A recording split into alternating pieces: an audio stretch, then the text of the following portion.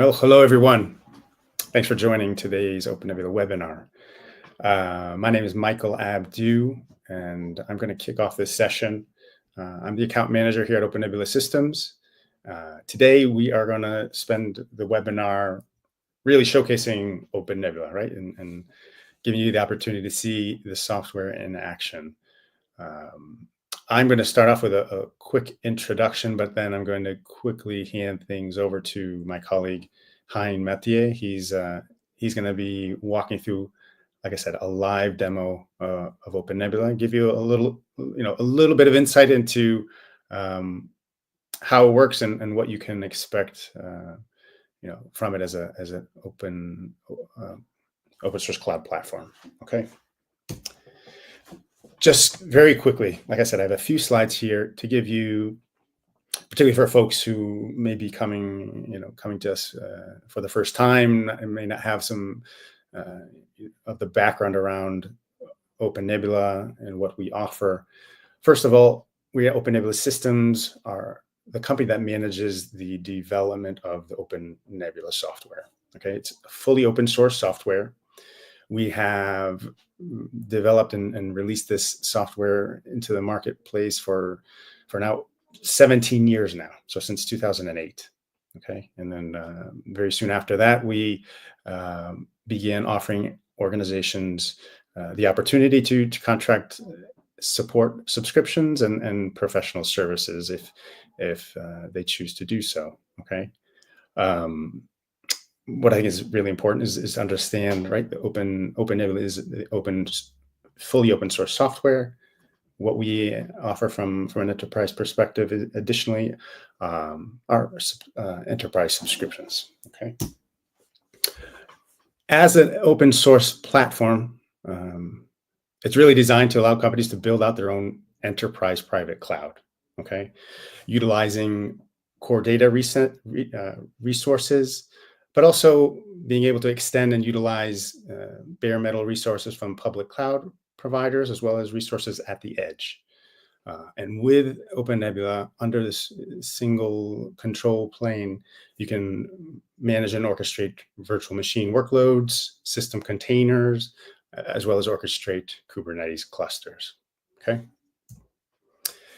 Just a quick slide here to give you some insight into some of our enterprise customers who are using OpenNebula to build out their own private clouds. I think what's important here is to understand that OpenNebula is a horizontal solution. So as organizations have their own infrastructure and a need for virtualization, they can build out their own private clouds using OpenNebula, meeting their own use cases, really across industries.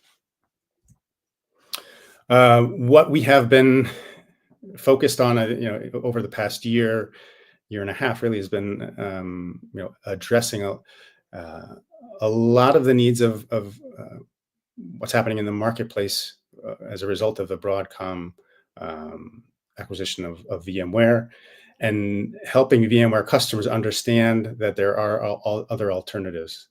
And OpenNebula is certainly one of them. What our focus has been really is not only showcasing how OpenNebula can provide an open vendor neutral solution, one that provides also from a cost perspective, one that's much more cost effective, but also one that aligns with the needs of companies, particularly those who are used to using VMware. And what we've done is built out a migration tool called OneSwap that helps migrate workloads from VMware to OpenNebula. And we've also focused on building in features that are, I think, to be expected by a lot of users of VMware. You'll see in our upcoming OpenNebula 7.0 release new features like DRS capabilities, as well as integrations with storage solutions like NetApp. We're also working on integration with Pure Storage, integrations with Veeam, and Compo will soon be coming very soon after that. So be on the lookout for the 7.0 release.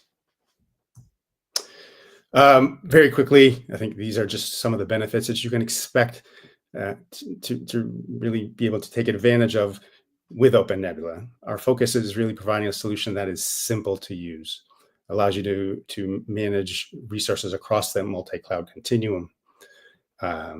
It's a single package of code, right? So it's lightweight to deploy and to maintain going forward. What you're going to have is an environment where you can automatically deploy OpenNebula clusters within minutes, whether it's using on-premises resources or resources out in the public cloud. And then ultimately, from being a fully open source solution, you're going to be free from any vendor lock-in. We have, like I said, over the past decade and a half, have many large-scale production deployments of OpenNebula with ones that are distributed across the globe. And then from a cost perspective, you'll see that it is just much more cost effective than other products out there in the marketplace. Lastly, what we offer, I just want to give you a quick insight into our subscription, our enterprise subscription. It's fully optional, but it allows organizations to have the security of not only getting access to the enterprise edition of OpenNebula, a more hardened version of the software, but having access to SLA-based support, right, by our OpenNebula support team. Right? So we have various levels of subscriptions, whether you need 9 to 5 business hour SLAs or 24/7. We have subscriptions to meet your needs. And then we also offer a slew of professional services, including cloud deployments, VMware migration services, as well as training and consulting that are available to subscribing customers. Okay. So I want to hand things over to Hein, and he's going to jump into the live demo. Hi, everyone. So I'm going to be running through a little bit of a demo of the solution. So I think just to kind of start off with, right? So it's important to understand, as Michael was saying, that this is a easy to deploy cloud solution, something that you can get up and running in your own environment. And yes, it is something that is comparable to some of the other solutions out there. And I know Michael obviously mentioned VMware. I'm going to be showing you just some of the specifics of how the solution looks. So I think the first thing we're going to do is we're going to log into the platform, right? So the default user by which you log in is called OneAdmin. Now I need to stress here that you can define your own users. You can have integration into Active Directory or LDAP, because we know a lot of organizations have that. In this case, we're going to use the default just to show you what the platform looks like. So this is what we call Sunstone. This is the dashboard. This is the interface by which you manage your environment. Let me just quickly expand this just so you can see the menu itself. So I think before we start, I logged in as OneAdmin, and you can see that I've got a whole bunch of settings on the left here. What we need to look at is that even with every user, you've got different views. So I'm currently logged in as an admin view. So if I were to go and change my view to a cloud view, you'll see that suddenly my options to the left disappear. Now, this is important as we go on, because I will be showing you some of the multi-tenant and some of the segregation functionalities that's built in, so that you can actually have multiple customers coexisting on the same platform. So let me just go back to my admin view. Now, this is the GUI of the interface itself, right? It is important to understand that this solution is a solution that has a very expansive CLI. So pretty much everything that you can do in the GUI can be done in the command line. And there's obviously quite a bit more that can be done in the command line. So examples would be, for example, if you wanted to see the users of a command line would be one user. For virtual machine management, it would be one VM. So we like to put one before everything because it's to do with the naming convention of a solution. And there are some commands that are not in the GUI as yet, such as 1DB to backup and restore databases, etc. So it's important for from a user perspective that you can use the GUI for pretty much all the type of commands you want. But as an administrator, you actually have the power to do a lot more in the command line as well. So both of these are valid options. So we've logged into the platform now with one admin. There's an automatically generated password, but you can change that quite easily. Now, you'll see that there's this very nice OpenNebula logo. The platform is completely capable of being white labeled. So you can use YAML files. You can go and optimize and change the graphics, the logos, everything else, so that you can actually create your own logo. So OpenNebula, by default, the standard logo, that's what I'm showing here, but this can be white labeled, so it's completely capable. And as you can also customize what tabs you can see, what features, what tables within the pages are shown. So all of these can be configured in the command line using YAML files. Now, let's go to the system, and you'll see here there's something called a ACL, or access control list. And the first time I logged into this looked a little bit Greek to me, but basically this is all the different icons. So let me just go and change it to names. So these are all the different settings that you can define per specific, and in this case, it's users and groups. So this is a group and this is a user. So you can see that I can go and define specific roles per group, and I can define what a specific user can see. So you can even go and create a user that can start or manage VMs, but he can't delete them and he can't stop them, for example. So all of this is completely possible. So the access control list is a very powerful feature that allows you to define how you want to set up different users and how you want to configure different users. Now, there's another level of segregation and isolation that you can do on top of this access control list, and that is what we call a VDC.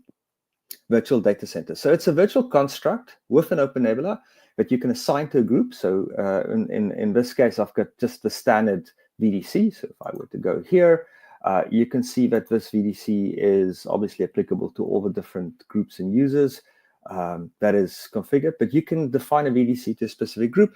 And the question is, what do you use a VDC for?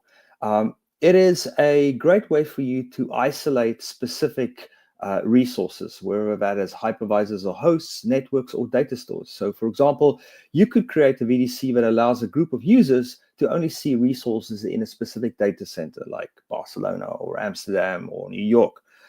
This is a great way for a large company to isolate resources in different regions, or for somebody that might be a managed services provider to be able to isolate specific resources to specific customers.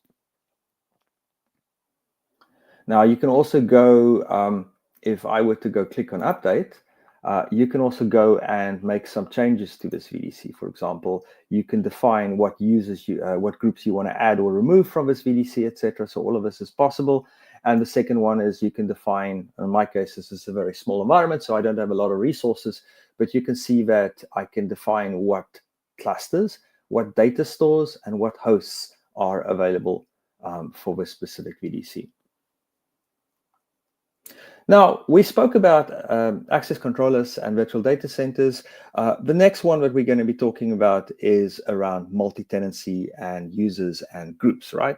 So OpenNebula comes with a fully multi-tenanted user system that allows you to create users and groups of users, whether it is for your customers or for internal users. So when you create a user, let's go to the user tab, you need to place it inside an existing group. So for example, if I were to create a new user and I call it test user, and I am going to go, you obviously need to define a password, and I'm just going to do something very, very basic because I'm not going to commit. I just want to show you what the options are. You can then, and of course, I took a basic password, so it complains about that. But anyway, so we're now through where we get to what the groups are. So you can define this user to a specific group. So you can go and say, I want to allocate this to the Coca-Cola group, for example.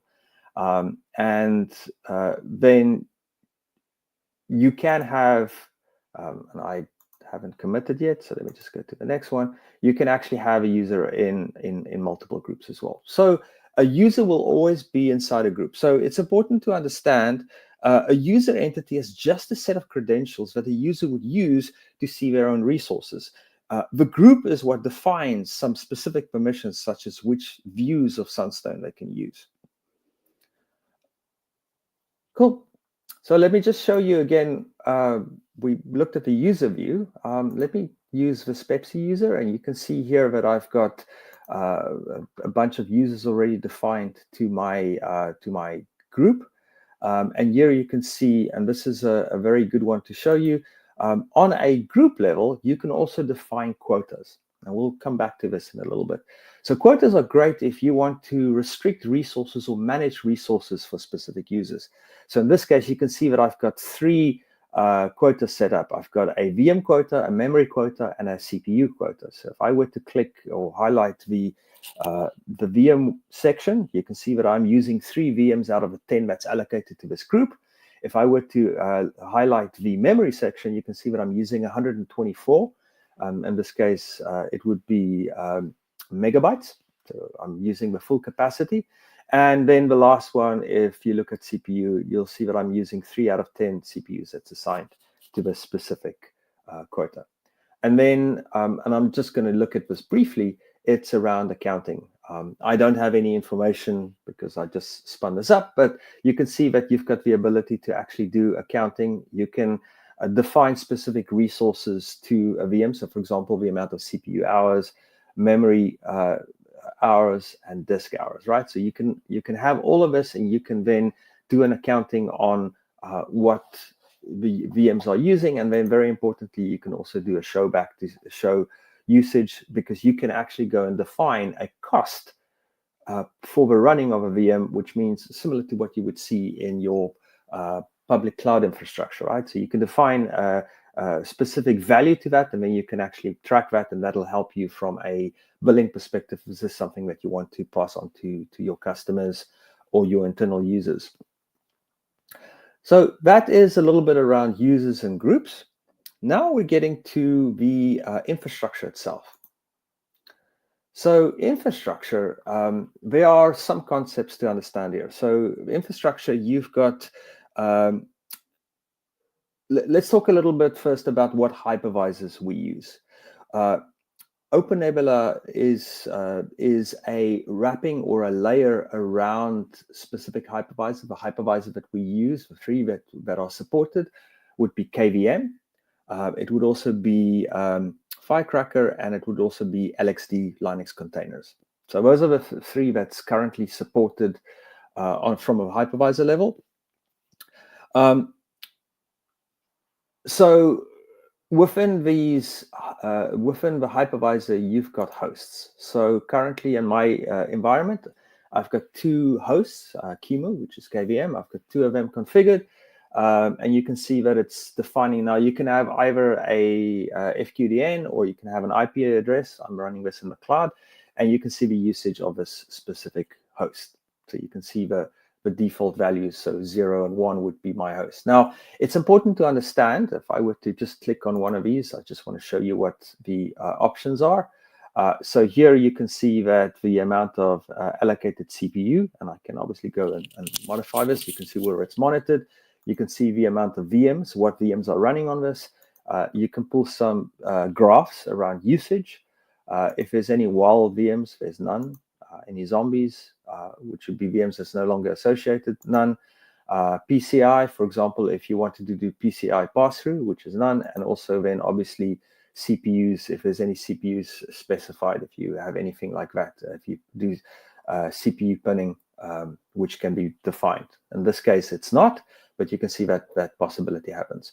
Now, we've got the hosts, and as you can see, I can have multiple hosts, but a host can also be allocated as, or basically be grouped together in what we call a cluster.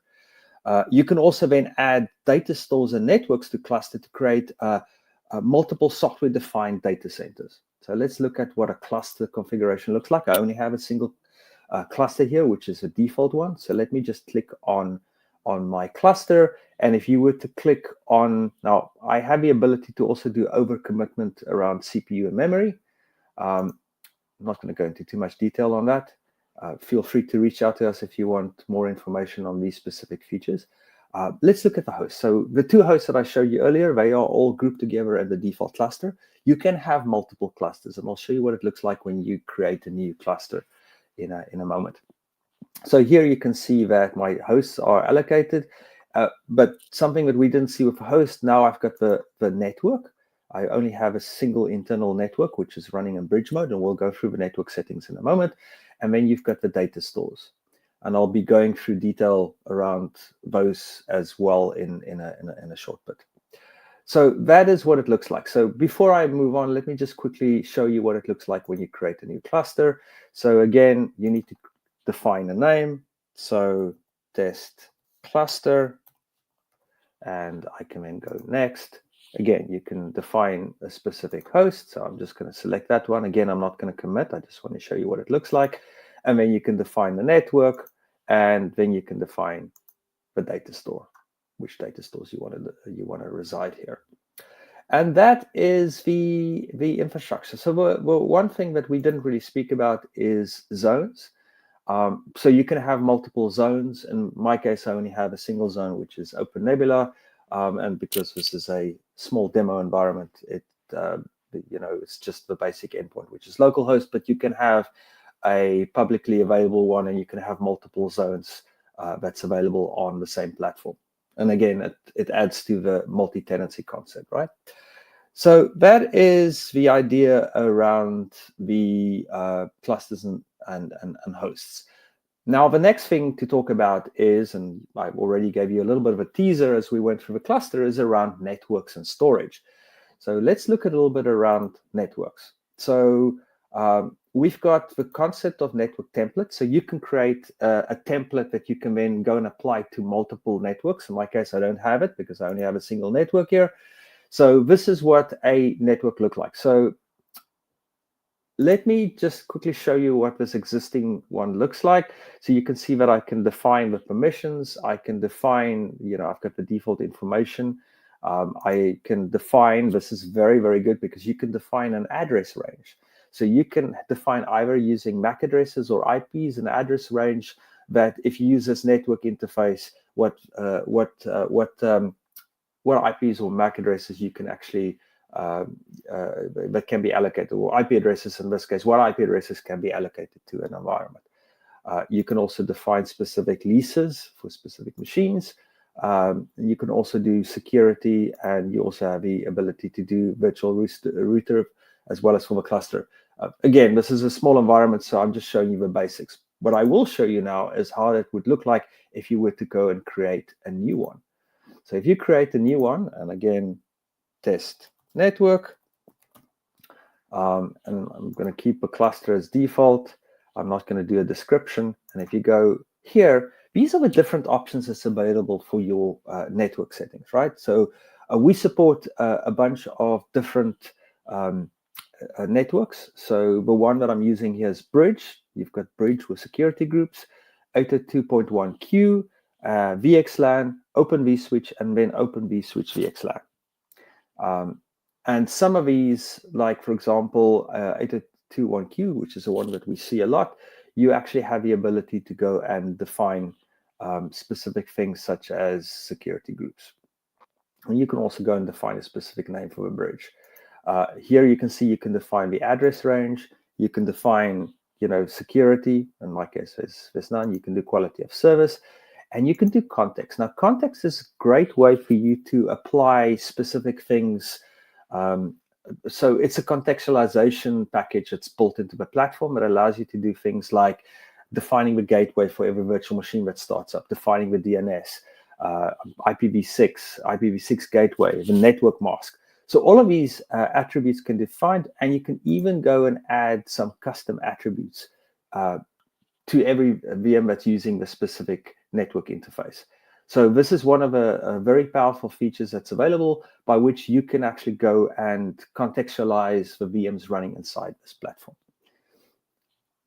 So that is networks, and then let's look at storage.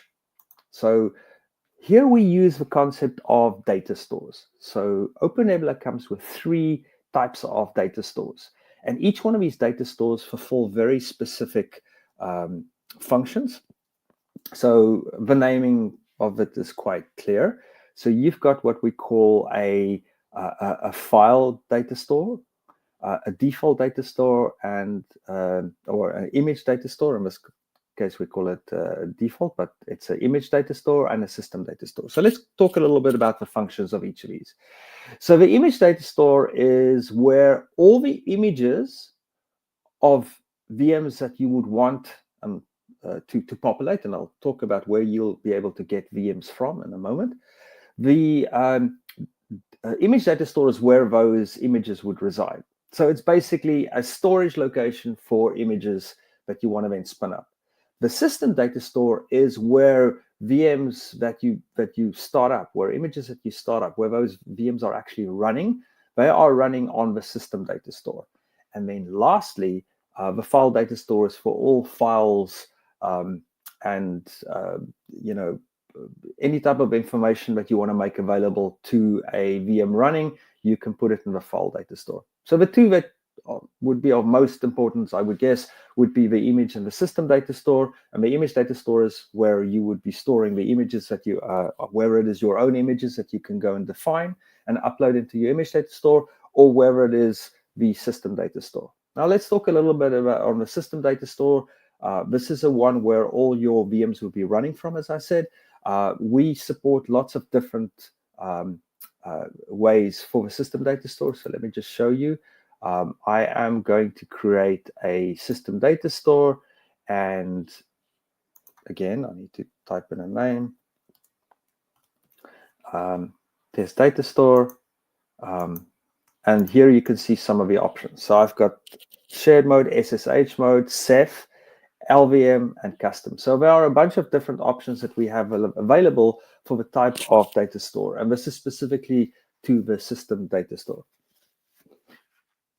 So your image data store would normally be a local data store, but you can also have an NFS share for your image data store. In most cases, what we've seen is that the image data store would be, and you'll see here, my image data store, it gives you those options, but it'll only operate obviously on it.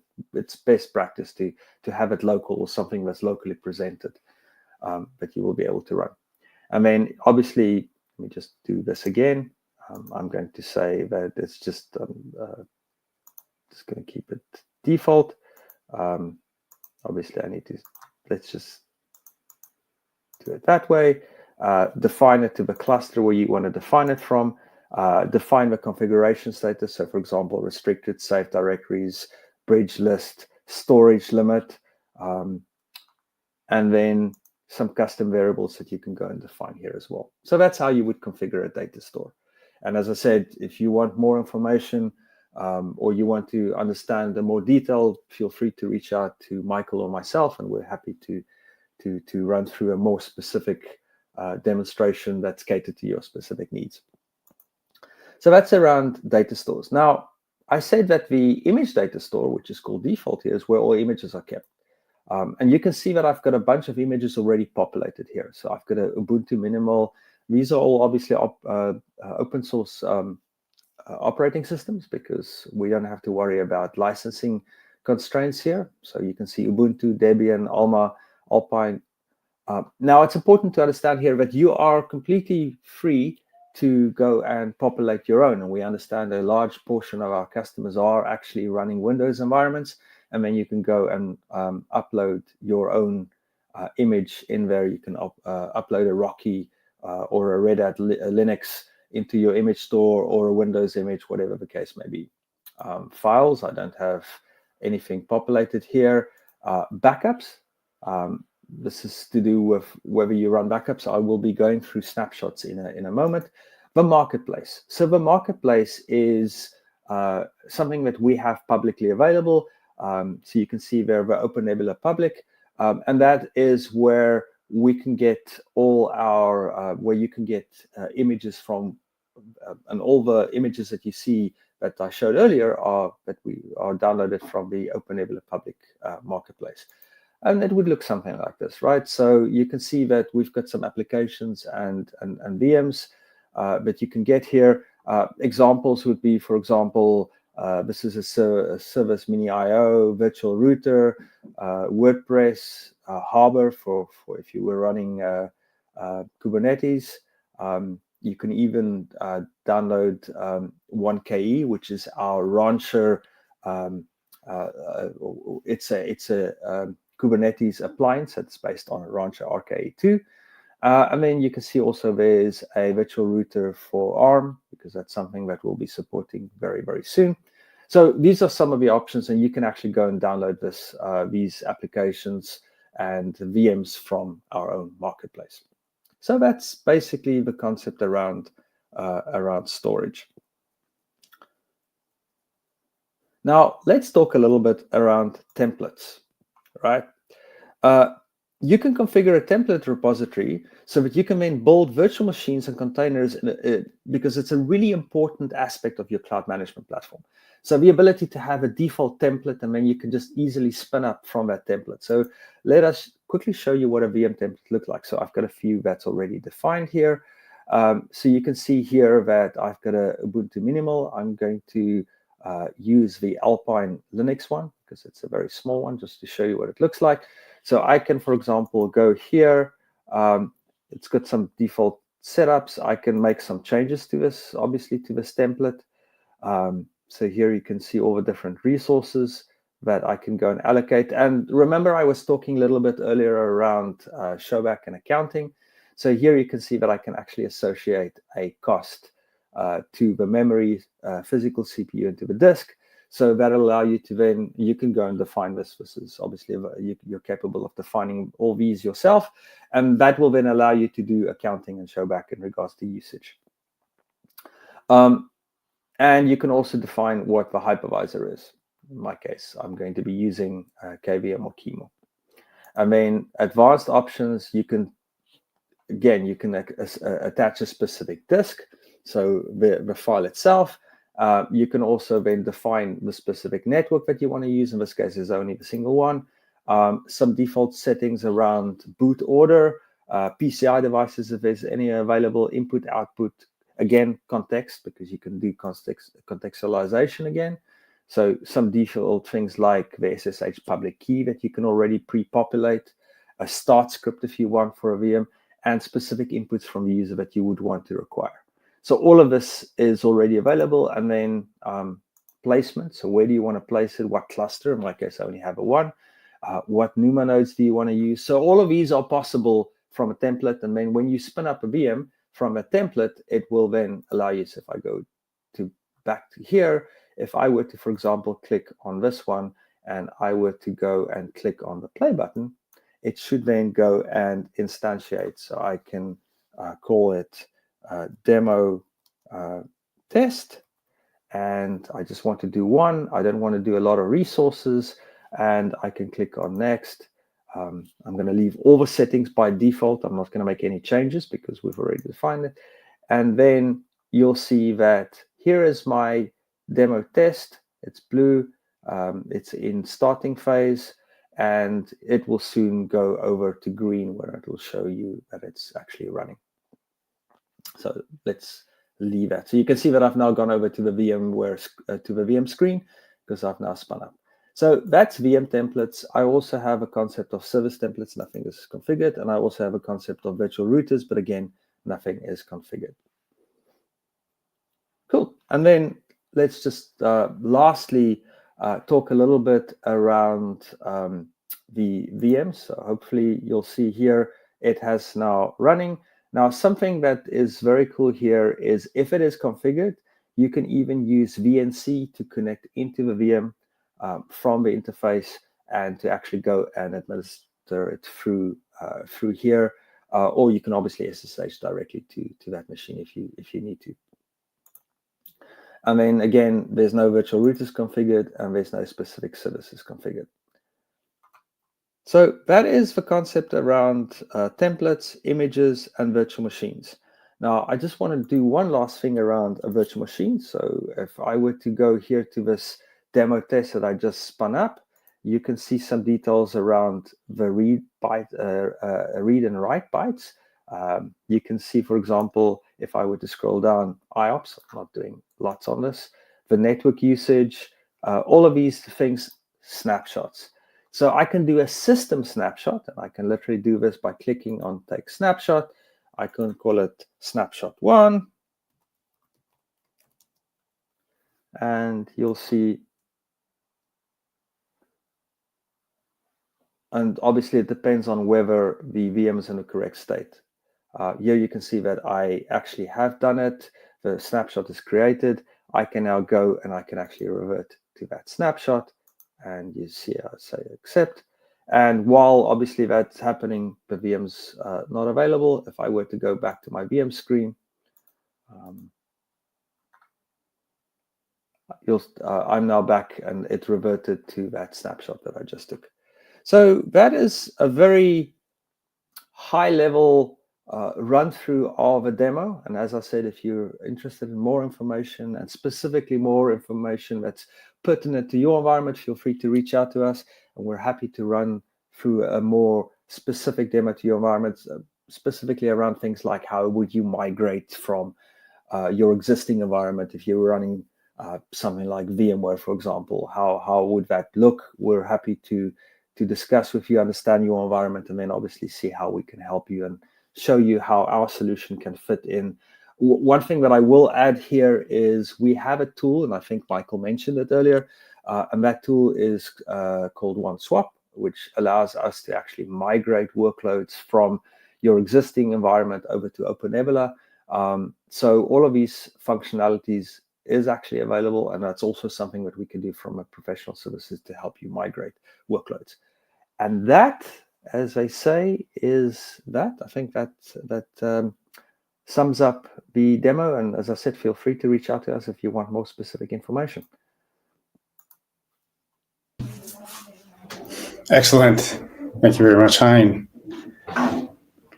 Now, I guess we'll open things up in the comment section. If you have any quick questions that you'd like us to address, please send them along. Otherwise, you may take your time and submit any questions you have, as we point out here in our OpenNebula forum. Our team, as well as our active community, is always taking a look and keeping an eye on conversations and interactions that are happening there out on the forum. So please take note. And I guess last thing I would say is just keep an eye out for other upcoming webinars within our webinar series. Hopefully this was helpful for you.